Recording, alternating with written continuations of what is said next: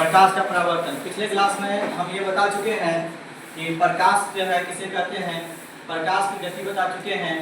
उसके बाद ये भी बताया है कि प्रकाश को गतिविधि पर आने पर कितना समय लगता है, और जब आपको प्रकाश का स्पीड पता हो, प्रकाश की गति पता हो, तो आप दूरी निकाल सकते हैं। मैंने पिछले क्लास में ये भी बताया है दूरी का सबसे बड़ा जो है इकाई जो होता है मापने के लिए वो होता है प्रकाश वर्ष। दो ग्रहों के बीच में अगर दूरी निकालना हो तो प्रकाश वर्ष की सहायता से निकाल सकते हैं, क्योंकि आपको पता है कि प्रकाश का स्पीड क्या और प्रकाश को पृथ्वी में आने में कितना समय लगता है। तो आज जो है उससे आगे टॉपिक का डिस्कशन करेंगे। तो सबसे पहले हम पढ़ते हैं प्रकीर्णन। प्रकीर्णन को हम लिखे हैं, ये बहुत इंपॉर्टेंट टॉपिक है। ये रेलवे बैंक एसएससी में भी कभी कभी जो है, यहाँ तक कि आईएएस के एग्जाम में भी ये क्वेश्चन पूछा जाता है। और इसी कारण जो है हम इसका टॉपिक जो है आपका बहुत क्लियर होना चाहिए, क्योंकि मैंने जब एसएससी वाले की तैयारी करवा रहा था तो मैंने इसका क्वेश्चन करवाया है। तो इसमें मैं क्लास 10 में जब पढ़ा रहा हूँ तो एकदम क्लियर होना चाहिए, यहीं पे कॉन्सेप्ट क्लियर हो जाता है, आगे दिक्कत नहीं होगी। तो प्रकीर्णन जो है ये एक प्रकार की घटना है। प्रकीर्णन क्या है? एक प्रकार की घटना है जो प्रकाश के कारण घटित होती है। इसको हम अच्छे से समझते हैं कि जब प्रकाश की किरण सूक्ष्म कण आप लोग देखे होंगे गर्मी के मौसम में, जिसके घर में रोशनी आता है उसमें छोटा छोटा कण दिखाई देता है, धूल कण दिखाई देता है, उसको सूक्ष्म कण कहते हैं। और बायोलॉजी में पढ़ोगे बैक्टीरिया, वायरस, एलगी, ठीक है। तो ये सारे क्या है? सूक्ष्म कण है। जब प्रकाश की किरणें सूक्ष्म कणों पर पड़ता है तब क्या होता है? तब वो क्या करते हैं, उन कण पर जो पड़ने वाले जो प्रकाश की किरण है, ठीक है, ये जो प्रकाश की कुछ ऊर्जा वो अपने अंदर अवशोषित कर लेता है और बाकी ऊर्जा को क्या करता है? छोड़ देता है। तो इसको जो है क्या करते हैं? प्रकाश की प्रकीर्णन। इसको जो है आप प्रैक्टिकल भी देख सकते हैं अपने घर में या लाइट जला के। जैसे मान लो कि इस जगह पे अगर मेरा यहाँ छाव बन रहा है, ठीक है, इस प्रकार से दिख रहा है, तो इसके वजह से होगा प्रकीर्णन की वजह से होगा। जैसे धूल आता रहेगा तो ये इसकी छाया बढ़ते जाएगा, ये प्रकाश के प्रकीर्णन की वजह। जितना नजदीक जाएंगे ये छोटा होता जाएगा। इसका मतलब होता है कि जितना इसमें ऊर्जा की जरूरत है उतना अवशोषित कर लिया, बाकी वाले प्रकाश को फैला दिया, ठीक है। तो सूक्ष्म कण क्या होता है कि प्रकाश की किरणें को अवशोषित करने के बाद उसको पुनः जो है फैला देता है अपने वातावरण में, वायुमंडल में, उसको छोड़ देता है। इस घटना को हम प्रकाश का प्रकीर्णन कहते हैं। और अगर प्रकाश की प्रकीर्णन नहीं होगा तो क्या होगा? आपसे क्वेश्चन है, अगर प्रकाश की प्रकीर्णन नहीं होगा तो क्या होगा? जब प्रकाश की प्रकीर्णन नहीं होगा तो हम किसी वस्तु को नहीं देख पाएंगे। तो प्रकाश का प्रकीर्णन बहुत ही महत्वपूर्ण होता है। इसके कारण ही हम किसी वस्तु को, यहाँ हम लिखते हैं, प्रकाश के प्रकीर्णन के कारण ही वस्तुओं को देख पाते हैं। इसके बाद ही हम परावर्तन का नियम पढ़ेंगे कि परावर्तन क्या होता है। तो अब हमें डिस्कशन करना है प्रकाश की किरणें। तो प्रकाश की किरणें के लिए जो है डिस्कशन करने से पहले आपको ये समझना होगा कि प्रदीप और प्रदीप। तो प्रदीप वस्तु किसे कहते हैं? वैसे वस्तु जिससे प्रकाश निकलती है, जिससे प्रकाश निकलती है उसे हम प्रदीप वस्तु कहते हैं। प्रदीप इंग्लिश में कहते हैं ल्यूमिनस। आप देखोगे कि इन्वर्टर की बैटरी आता है ना, तो उसमें लिखा रहता है ल्यूमिनस, ये किसी के कॉन्सेप्ट में लिखा रहता है। और जिससे प्रकाश नहीं निकलती है उसे हम अप्रदीप कहते हैं। जैसे दीवार हो गया, बेंच हो गया, टेबल हो गया, कुर्सी हो गया, इससे प्रकाश नहीं निकलते हैं। तो जहाँ से प्रकाश निकलेंगे वहीं पे किरण की बात होगी। समझ में आया?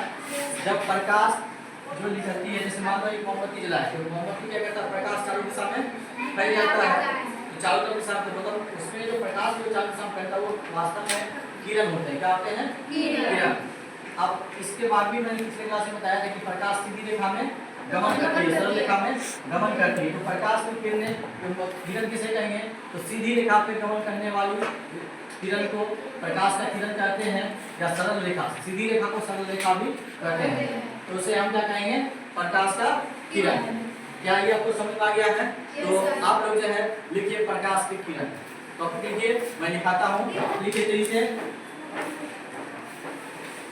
प्रकाश की किरण, किरणें मत लिखना, ये देखो प्लूरल है इसलिए सिर्फ किरण लिखना। प्रकाश की किरण लिखो तो जैसे इसका हम लिखाते हैं, आंसर लिखाते हैं प्रकाश का किरण। एक सरल रेखा पर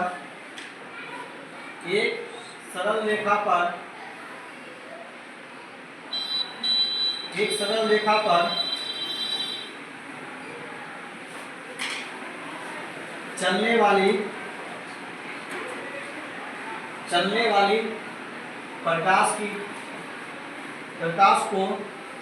प्रकाश को एक सरल रेखा पर चलने वाली प्रकाश का किरण कहते हैं। प्रकाश का किरण कहते हैं।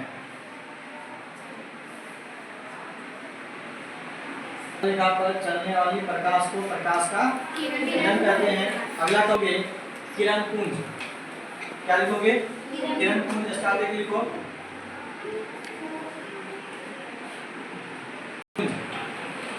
लिखिए प्रकाश के किरणों के समूह को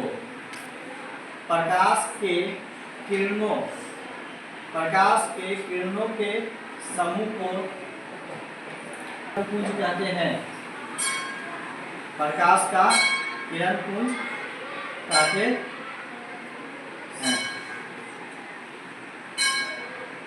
ठीक है, किरण पुंज कितने प्रकार के होते हैं? क्वेश्चन लिखिए, किरण पुंज कितने प्रकार के होते हैं और कौन कौन?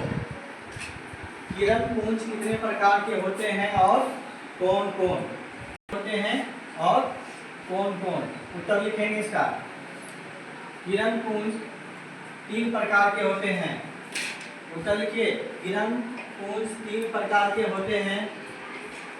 पहला जो है अपसारी किरण पुंज। अपसारी किरण पुंज को डाइवर्जिंग बीम भी बोलते हैं। दूसरा है समांतर किरण पुंज। पहला है अपसारी किरण पुंज। दूसरा लिखेंगे समांतर किरण पुंज और तीसरा लिखेंगे अभिसारी किरण पुंज। लिखिए। तो उत्तर में बताए थे कि किरण पुंज 3 प्रकार के होते हैं और तीनों का नाम लिख लिए। अब अगला टॉपिक लिखेंगे, हेडिंग देंगे अपसारी किरण पुंज।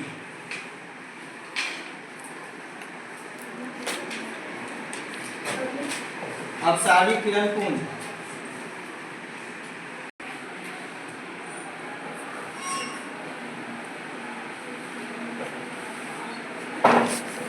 इसका उत्तर लिखेंगे, जब प्रकाश की किरण किसी एक बिंदु स्रोत से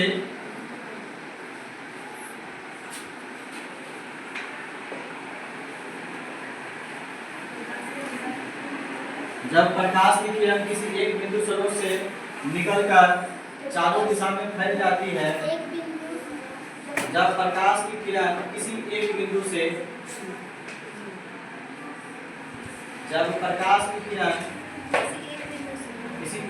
से निकलकर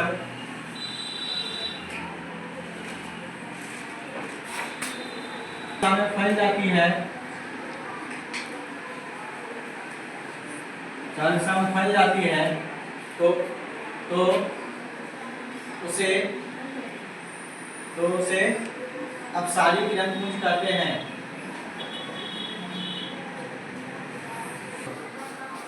यहाँ पे देखो आगे का शब्द लिखा हुआ अप का मतलब होता है यूपी। अप मतलब ऊपर मतलब जब बाहर निकले, ठीक है, बाहर की ओर। तो यहाँ पे अपसारी मतलब किसी एक बिंदु से बाहर की ओर जाए तो सबसे पता चल जाएगा।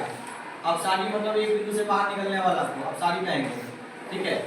अब का मतलब होता है ऊपर उठना, ऊपर उठता है मतलब बाहर उठता है। इसको इस तरीके से आप याद रख सकते हैं। आगे के 2 अक्षर से अप मतलब ऊपर, और ऊपर का मतलब समझो, देखो ऊपर की दिशा में बाहर निकला जाओ तो समय फैल रहा है, तो उसको क्या करेंगे? अपसारी। समझने को दिक्कत? अगला टॉपिक लिखेंगे समांतर किरण पुंज। अगला टॉपिक लिखेंगे समांतर किरण पुंज।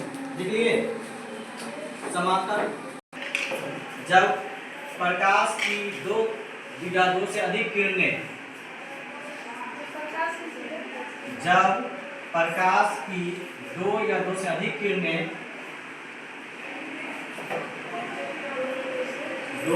सभी किरणें एक दूसरे के समांतर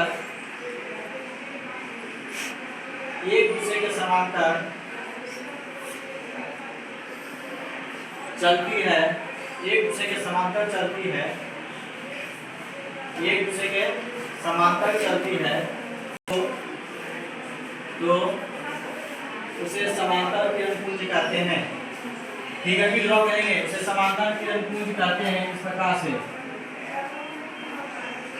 ये समांतर हो गया, समांतर किरणपुंज। एक बात और ध्यान रखना कि समांतर किरणपुंज कभी भी एक दूसरे को नहीं काटती है। इसको नोट करके लिख लेना कि समांतर किरणें एक दूसरे को कभी नहीं काटती है। किरणें एक दूसरे को कभी नहीं काटती है। अभिसारी किरणपुंज,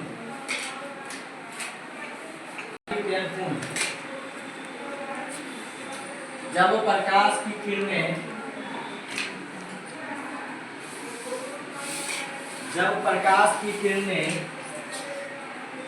किसी एक बिंदु पर जाकर मिलती है, जब प्रकाश की किरणें किसी एक बिंदु पर जाकर मिलती है तो इस घटना को अभिसारी किरणपुंज कहते हैं। जब प्रकाश की किरणें किसी एक बिंदु पर आकर मिलती है या जाकर मिलती है तो इस घटना को हम क्या बोलेंगे? अभिसारी किरणपुंज कहेंगे। क्या कहेंगे? अभिसारी किरणपुंज कहेंगे। इसका जो पिक्चर होगा बिल्कुल अलग होगा।